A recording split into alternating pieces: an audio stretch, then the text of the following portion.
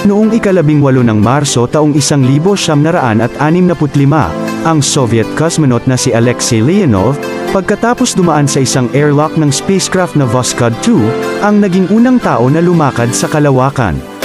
Sa mga sandali ng spacewalk, na tumagal ng 12 minuto at 9 na segundo, si Leonov ay naglakad hanggang 10 metro mula sa kanilang spacecraft.